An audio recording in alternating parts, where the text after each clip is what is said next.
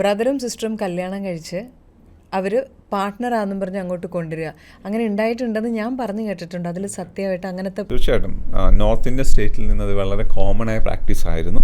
അപ്പോൾ Australian government തന്നെ അത് പിടിക്കുകയുണ്ടായി. അപ്പോൾ അതിനുശേഷമാണ് ഈ പാർട്ട്ണർ വിസ ഇത്രത്തോളം സ്ട്രിക്റ്റ് ആയത്. പണ്ടൊക്കെ മലയാളികൾ പാർട്ട്ണർ വിസ അപ്ലൈ ചെയ്യുമ്പം റെഫ്യൂസലൊക്കെ വളരെ കുറവായിരുന്നു. ബട്ട് ഈയിടെയായിട്ട് റെഫ്യൂസൽസ് കാണാറുണ്ട്. അത് അവരുടെ ശ്രദ്ധക്കുറവാണ്. ഇവർ ചോദിക്കുന്ന 4 തരത്തിലുള്ള 4 കോർ ഏരിയ നമ്മളവിടെ ഇത് പ്രൂവ് ചെയ്യണം. ഒന്ന് അവരുടെ റിലേഷൻഷിപ്പ്, ഒന്ന് financial commitment, long time commitment, അതുപോലെ ഹൗസ് ഹോൾഡ്, അങ്ങനെ കുറച്ച് 4 ഡിഫൈൻഡ് ഏരിയാസ് ഉണ്ട്. അത് പ്രോപ്പറായിട്ട് നമ്മൾ ക്ലിയർ ചെയ്തില്ലെങ്കിൽ ഈ പാർട്ട്ണർ വിസ പോലും റെഫ്യൂസാം. അതിൻ്റെ മെയിൻ കാരണം ഇപ്പോൾ മുമ്പേ പറഞ്ഞ പോലുള്ള ഫ്രോഡുലൻറ്റ് മാരേജസ് ആണ്. അതുകൊണ്ട് തന്നെയാണ് ഇപ്പോഴത്തെ മാരേജ് വിസ 2 വിസ തമ്മിൽ ടുഗദറാണ്.